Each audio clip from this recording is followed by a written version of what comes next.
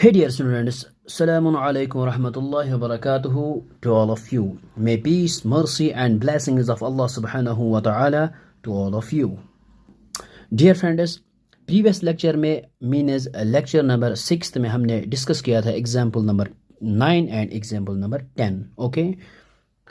और इस lecture में हम example यानी means lecture number 7 पे हम example number 10 फिर से करेंगे. और ये वाला जो प्रूफ है ये हम NCERT ने जो प्रूफ किया है ये एग्जाम्पल, क्योंकि बहुत सारे स्टूडेंट्स ऐसे होते हैं जो मतलब जो ये चाहते हैं कि हमारे पास हर एक नॉलेज होनी चाहिए, यानी हर एक वे में हमें आना चाहिए. क्योंकि जो मैंने दिखाया है एग्जाम्पल नंबर 10 वो एक वे में हमने दिखाया है, बहुत ही आसान है वो वे. और जो NCERT ने लिखा है वो भी यही है, लेकिन कुछ बच्चों को कुछ ये डिफ़िकल्ट लग रहा है कि इसने ये क्या किया है, किस तरीके से किया है, हमें ये भी पता होना चाहिए. तो बहुत सारे स्टूडेंट्स ऐसे होते हैं जो ये चाहते हैं कि हमारे पास नॉलेज होनी चाहिए हर एक की. तो जितने मेथड्स है और जिस वे में इसने किया है ये भी हमें पता होना चाहिए. तो तभी तो हमने ये एग्जांपल जो 10 है ये हम इस वे में करेंगे जिस तरह से आपके NCERT बुक ने सॉल्व किया है. ओके. और साथ साथ में NCERT वालों ने इसका जो ग्राफ है वो बनाया है, तो हम यहाँ पे ग्राफ भी इस फंक्शन में बनाएंगे यहाँ पे और देखेंगे ये कैसे डिसकंटिन्यूस है. और आते हैं एग्जांपल नंबर 10 के ऊपर. और एग्जांपल 10 है हमारे पास, discuss the continuity of the function f defined by f of x is equal to x plus 2 if x is lesser equal to 1 and x minus 2 if x is greater than 1. Okay. तो ये already हमने discuss किया है, लेकिन अब हम NCERT में देखेंगे NCERT वालों ने इसको किस तरह से किया है. और ये जो फंक्शन है ये पूरी रियल लाइन के ऊपर डिफाइन है. Okay. It is defined all the points of the real line. Okay. अब यहाँ पे अगर हम यहाँ पे ये लिखेंगे 1 और 1 से हम जब हम ग्रेटर की तरफ जाएंगे तब हमारे पास जो फंक्शन डिफाइन है वो ये है x माइनस 2. ओके. ये x माइनस 2 है. और 1 से जब हम लेस की तरफ जाएंगे तब हमारे पास जो फंक्शन डिफाइन है वो है x प्लस 2. और इक्वल तरफ जाएंगे यानी x इक्वल टू 1 तब भी हमारे पास फंक्शन जो है वो है x प्लस 2. ओके. अब यहाँ पे NCERT वालों ने क्या किया है, वो इन्होंने यहाँ पे चूज़ किया है एक c, एक आर्बिट्री पॉइंट इस फंक्शन के डोमेन में एक पॉइंट चूज़ किया है c. ओके. उन्होंने एक आर्बिट्री पॉइंट चूज़ किया है जब c, यानी यहाँ पे 3 केसेस बनते हैं. फिर अगर हम एक आर्बिट्री पॉइंट c चूज़ करेंगे तो या फिर c इज़ इक्वल टू 1, ये केस नंबर फर्स्ट है, या फिर c इज़ लेस देन 1, या फिर c is greater than 1. Okay. तो ये 3 केसेस NCERT उन्होंने यही चूज़ किया है और इसी से उन्होंने ये दिखाया है ये this function is discontinuous. Okay. तो अब हम यहाँ पे एक यही लिखेंगे, let c be any arbitrary point choose करेंगे और ये 3 केसेस में हम सॉल्व करेंगे ये क्वेश्चन. ओके. तो सबसे पहले हम यहाँ पे ये लिखेंगे the function f is defined at all points of the real line. ये डिफाइन है हर एक रियल लाइन के ऊपर. ओके. ये पॉइंट हम पहले लिखेंगे यहाँ पे. तो सबसे पहले जो हमने पॉइंट लिया है वो है the function f is defined at all points of the real line. ये जो फंक्शन है ये डिफाइंड है और रियल लाइन के ऊपर. ओके. अब हम यहाँ पे के सी, ये है let C be any arbitrary point, यहाँ पे लिखेंगे हम let C be any point in its domain या एनी आर्बिट्री पॉइंट, या हम ये भी लिख सकते हैं let C be any real number. Okay. Let C be any real number. तो अब यहाँ पे हम लिखेंगे यहाँ पे देयर एग्जिस्ट्स, हम यहाँ पे ये मैथमेटिक्स में हम इसको बोलते हैं देयर एग्जिस्ट्स 3 केसेस. तो केस नंबर फर्स्ट हम यहाँ पे लेंगे, there exist 3 cases. Case number first when if c is, हम यहाँ पे लेंगे c इज़ लेस देन 1, ये हो गया फर्स्ट केस. और केस नंबर सेकंड जो है हमारे पास हम लेंगे if c is greater than 1. और केस नंबर थर्ड हम लेंगे, case number third if c is equal to 1. Okay. तो हम एक एक के ऊपर चेक करेंगे. c जब हम लेस लेंगे तब हमारे पास फंक्शन क्या बनेगी, और ग्रेटर लेंगे तब हमारे पास फंक्शन क्या है, और इक्वल लेंगे तब हमारे पास वैल्यू ऑफ फंक्शन क्या आएगा. Okay. Limit of function and value of function क्या आएंगे. ओके. तो सबसे पहले हम केस नंबर फर्स्ट यहाँ पे लेंगे. केस नंबर फर्स्ट हम लेंगे if c is less than 1. जब हम c लेस 1 लेंगे, देखो ये हमारे पास 1 है और 1 से ग्रेटर जब हम जाएंगे तब हमारे पास फंक्शन जो थी एक्स माइनस टू और लेस हम जाएंगे, 1 से लेस जाएंगे, तब हमारे पास जो फंक्शन है वो एक्स प्लस टू है, और इक्वल जब हम 1 इक्वल जाएंगे तब भी हमारे पास फंक्शन जो डिफाइन है एक्स प्लस टू। ये हमने ऑलरेडी देखा, ये जो फंक्शन है यहाँ पे देखो, ये हमने और लिखा है 1 से ग्रेटर जाएंगे तो फंक्शन ये है, इक्वलिटी भी ये है, और लेस देन 1 जाएंगे तब ये हम एक्स प्लस टू लेंगे। ओके, और यहाँ पे हमने एक सी चूज़ किया है, ठीक है, और लेकिन सी को हमने लिया है लेस देन 1, यानी सी यहाँ पे होगा कहीं भी, सी इज़ लेस देन 1, तो 1 से लेस देन ये सी है, कोई भी इनफाइनाइट, अब हम यहाँ पे सी कोई भी रियल नंबर है लेकिन लेस देन 1। ओके, अब हम यहाँ पे लेंगे, जब हम लेंगे यहाँ पे जब c इज़ लेस देन 1 तो हम यहाँ पे f ऑफ c लेंगे, तो जब हम c से c लेस देन 1 लेंगे तब हम फंक्शन कौन यूज़ करेंगे, ये x प्लस टू, तो f ऑफ c जो है ये बन जाएगा हमारे पास c plus two, this is the value of function. Okay, तो अब हम यहाँ पे limit of function find out करेंगे, then limit x approach to c f of x, तो यहाँ पे हम लिखेंगे limit x approach to c और x अप्रोच टू c, लेकिन यहाँ पे c क्या है, लेस देन 1, तो जब हम लेस देन 1 लेंगे तब हम फंक्शन ये यूज़ करेंगे, यानी x प्लस टू, तो यहाँ पे हम लेंगे ये x plus two, so this is equal to यहाँ पे x अप्रोच टू c, तो x की जगह हम c अब पुट करेंगे plus two, so this is the limit of function. Okay, so value of function and limit of function ये दोनों इक्वल है, so this function is continuous at x is equal to x approach to c but c is less than 1। तो जब हमने ये example की थी तो फर्स्ट वे में, तो तब भी हमने ये बताया था जब हम 1 से लेस जाएंगे तो जितने भी रियल नंबर से हर एक पॉइंट पे ये जो फंक्शन है वो डिफाइंड है और इक्वल है, यानी कंटिन्यूस है। तो यहाँ पे हमने जब c से लेस देन 1 हमने ये देखा है, और यहाँ पे हम left hand limit and value of function equal है, so this function is continuous at x is equal to c। तो हम यहाँ पे लिख सकते हैं 10, तो ये हमने लिखा है 10 f is continuous at all real numbers less than 1। तो लेस देन 1 जो भी पॉइंट हम लेंगे तो हर एक पॉइंट पे ये जो फंक्शन है वो कंटिन्यूस है। Okay, so this function is continuous at all real numbers but less than 1। Okay, अब हम यहाँ पे c is case number second लेंगे, c is when case number second c is greater than 1। Okay, अब हम यहाँ पे सेकंड केस लेंगे, if c is greater than 1, अब यहाँ पे हम लेंगे c is greater than 1, c is greater than 1। तो जब c इज ग्रेटर देन 1 तब हम ये फंक्शन यूज़ करेंगे x माइनस टू। ओके, तो यहाँ पे हम लिखेंगे देन f ऑफ c, तो but c is greater than 1, तो अब हम यहाँ पे फंक्शन यूज़ करेंगे x माइनस टू, तो x की जगह हम c लिखेंगे यहाँ पे minus two, so this is the value of function. अब हम यहाँ पे limit of function find out करेंगे, सो limit x approach to c f of x which is equal to limit x approach to c। So जब x approach c करेगा तब but c is greater than 1, तो greater than 1 जब हम लेंगे तो function ये यूज़ करेंगे, तो यहाँ पे हम फंक्शन यूज़ करेंगे x minus two, so x approach to c, so x की जगह हम यहाँ पे c लिखेंगे minus two, so this is the limit of function and this is the value of function. So limit of function and value of function equal है, so this function is continuous at all points greater than 1।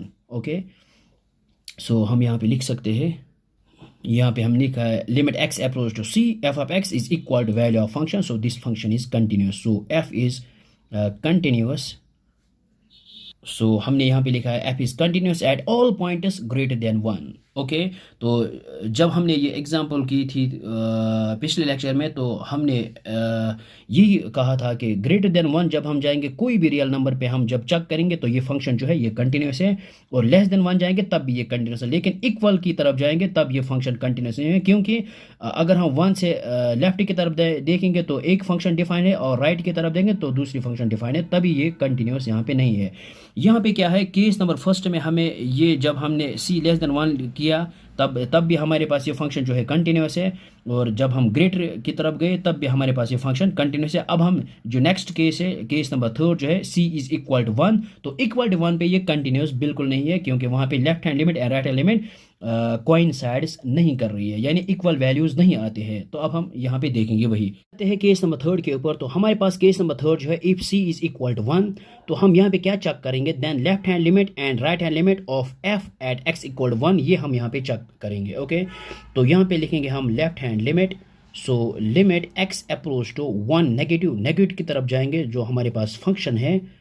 So limit x approach to 1 negative, और function जो है negative की तरफ जो है वो है x प्लस 2। तो ये बन जाता है हमारे पास x की जगह हम पुट करेंगे 1 plus 2 which is equal to 3। तो हमारे पास जो लेफ्ट हैंड लिमिट आया वो 3 आया है। अब हम यहाँ पे देखेंगे right hand limit.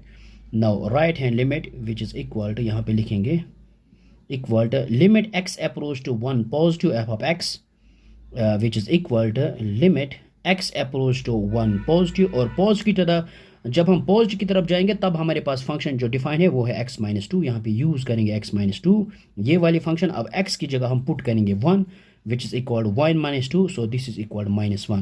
So left hand limit and right hand limit does not coincide, so this function is not continuous. अब हम यहाँ पे लिख सकते हैं sinus,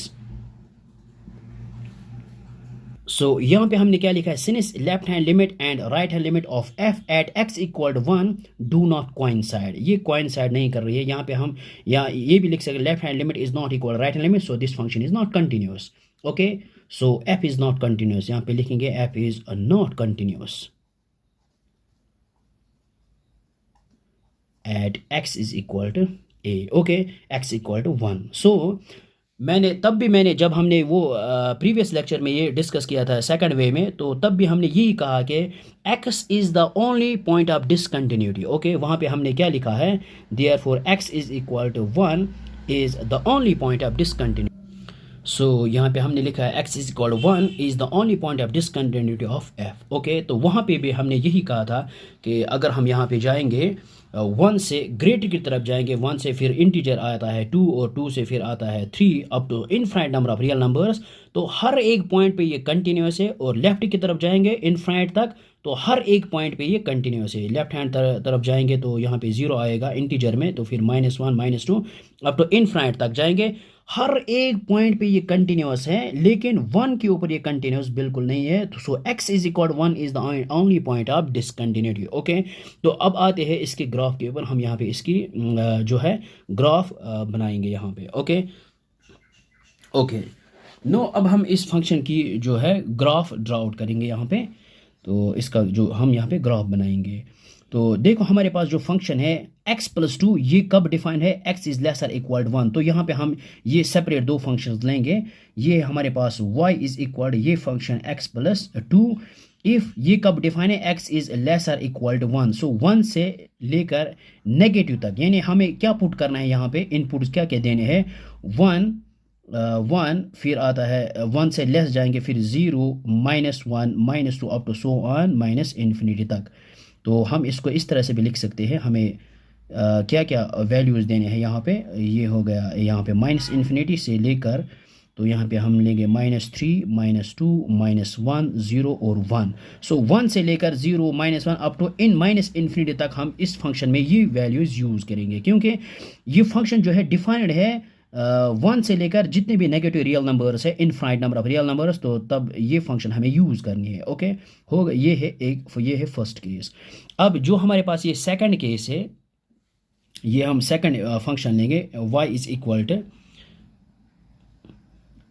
ये x माइनस टू कब, if x is greater than 1। तो यहाँ पे हमने क्या लेना है, तो यहाँ पे हम पुट करेंगे x वैल्यू 1 से ग्रेटर, तो यहाँ आएगा 2 3 4 5 up to so on infinity तक। ओके, जो छोटी क्लास में हमने जैसे हम वो टेबल बनाते थे, फिर वो ग्राफ बनाते थे, तो वही हमने यहाँ पे करना है। तो पहले हम ये फंक्शन चूज़ करेंगे, इसमें हम इनपुट वैल्यू देंगे, फिर आउटपुट आएगा, फिर ग्राफ ड्रा आउट करेंगे, फिर इसी फंक्शन में ये करेंगे, इनपुट वैल्यूज़ देंगे, फिर हम यहाँ पे प्लॉट कार्टेशियन प्लान में ये पॉइंट्स ड्रॉ करेंगे। ओके, तो फिर हमारे पास इस फंक्शन का जो ग्राफ है वो बन जाएगा। ओके, और वो डिसकंटिन्यूस होगा।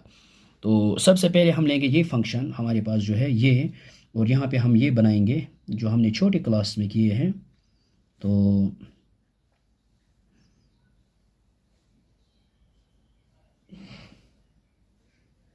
x और y, और यहाँ पर हम x को पुट करेंगे वैल्यूज़। ओके, जब हम x को पुट करेंगे ये 1, जब हम x को पुट करेंगे 1, तब हमारे पास जो है y is equal to 1 + 2 which is equal to y हमारे पास 3 आ जाएगा।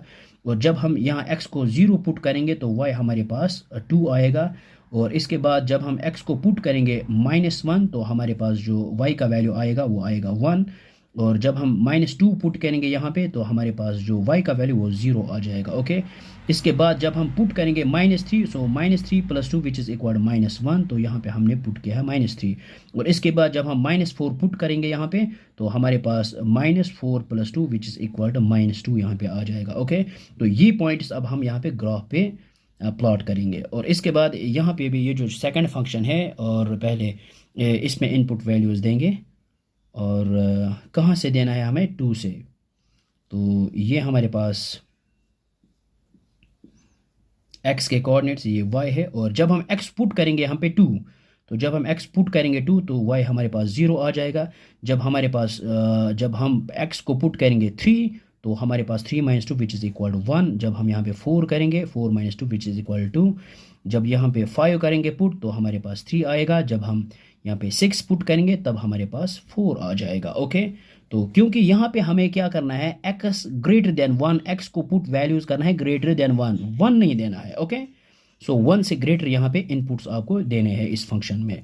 तो जो यहाँ पे फंक्शन है 1 से लेकर नेगेटिव जितने भी रियल नंबर्स है वो हमें यहाँ पे पुट करने हैं, इसमें इनपुट्स देने हैं। तो ये जो हमारे पास ये जो ये जो हमारे पास ये वैल्यूज़ है, अब हम यहाँ पे इसको ग्राफ में यहाँ पे दिखाएंगे। आते हैं यहाँ पे ग्राफ बनाते हैं इस फंक्शन की। तो ये हमारे पास एक कार्टेशियन प्लान है और सबसे पहले हम प्लॉट करेंगे वो पॉइंट्स जो हमारे पास ये जो फर्स्ट इक्वेशन जो है हमारे पास जो ये फंक्शन है और इसके x का जो वैल्यू है वहाँ पे 3 है और वहाँ x का जो वैल्यू है 1 और y का है 3। तो सबसे पहले हम ये x = 1 y = 3, तो इस पे हम यहाँ पे प्लॉट करेंगे। So x is equal to यहाँ पे क्या है 1, x = 1 y is equal to 3। तो ये यहाँ पे पॉइंट यहाँ पे बन जाएगा। Okay, this point. अब नेक्स्ट पॉइंट जो है हमारे पास x = 0 y = 2। तो यहाँ पे x 0 है y = 2, तो x यहाँ पे 0 है y = 2। तो ये पॉइंट ये वाला ये x = 0 y = 2। ओके, अब नेक्स्ट पॉइंट जो है हमारे पास ये है x = -1 y = 1।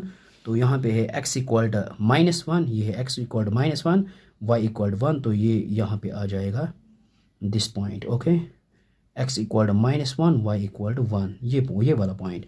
अब नेक्स्ट पॉइंट जो हमारे पास x = -2 y = 0। अब यहाँ पे है x = -2 y = 0। तो ये यहाँ पे पॉइंट कोऑर्डिनेट बन जाएगा x = -2 y = 0। अब नेक्स्ट क्या है हमारे पास x = -3, ये वाला यहाँ पे x = -3 y = -1। तो x क्या है यहाँ पे -3 y = -1। सो ये आ जाएगा यहाँ पे ये कोऑर्डिनेट ये वाला ये वाला कोऑर्डिनेट। ओके, -3, -1। ओके, अब यहाँ पे क्या है नेक्स्ट x = -4 y = -2। अब x क्या है यहाँ पे x है -4 y = -2, ये y = -2, ये यहाँ पे -4 है। तो यहाँ पे ये आ जाएगा ये कोऑर्डिनेट ये वाला कोऑर्डिनेट आ जाएगा हमारे पास x = -4 देन y = -2। तो अब इसको हम यहाँ पे ज्वाइन करेंगे। ये बना है ग्राफ किस फंक्शन का, तो ये हमारे पास जो ये वाली फंक्शन है, तो ये किस फंक्शन की ग्राफ है y is equal to x + 2 और x इज़ लेसर इक्वल टू 1। इस फंक्शन का जो ग्राफ है वो ये वाला है। ओके, अब हम यहाँ पे नेक्स्ट जो है हमारे पास फंक्शन ये y = x - 2 if x is greater than 1। तब हमारे पास क्या है x = y = 0। ये यहाँ पे x = y = 0, देखो x = y = 0, ये यहीं पे बन जाएगा यहाँ पे 2, 0। ओके, अब नेक्स्ट है x = 3 y = 1, x = 3 y = 1, ये यहाँ पे आ जाएगा ये और ये यहाँ से ये यहाँ पे पॉइंट आ जाएगा। ओके, सो x = 4 y = 2, x = 4 y = ये वाला y = 2 ये वाला। अब x = 5 y = 3, x = 5 then y = ये वाला y = 3, ये पॉइंट। ओके, फिर है x = 6 y = 4। अब हम यहाँ के इनको ज्वाइन करेंगे, यहाँ पे ये इन पॉइंट्स को हम यहाँ पे ज्वाइन करेंगे। तो ये जो फंक्शन है, ये जो ग्राफ है किस फंक्शन का है, ये हमारे पास फंक्शन है y is equal x-2 and x is greater than 1। Okay, अब ये जो फंक्शन है ये एक डिसकंटिन्यूस फंक्शन, क्योंकि वन के ऊपर ये डिसकंटिन्यूस हुआ है। यहाँ पे देखो, ये 1 के ऊपर यहाँ पे ये डिसकंटिन्यूस हुआ है, फिर यहाँ से स्टार्ट हुआ है। सो दिस फंक्शन इज डिसकंट। अगर हमारे पास कोई भी फंक्शन है, ये मान लीजिए ये अगर यहाँ पे ये डिसकंटिन्यूस हो रही है तो गैप है यहाँ पे, तो इसका मतलब ये कि ये फंक्शन डिसकंटिन्यूस है।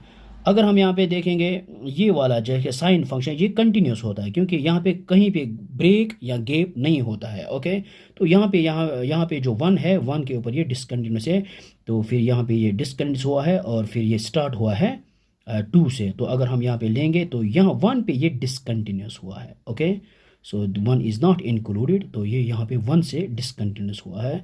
सो दिस इज़ ये एनसीईआरटी वाले ने यही ग्राफ इसका ड्रॉ किया है। ओके, सो आई होप कि आपको ये समझ में आया होगा, बहुत ही आसान है।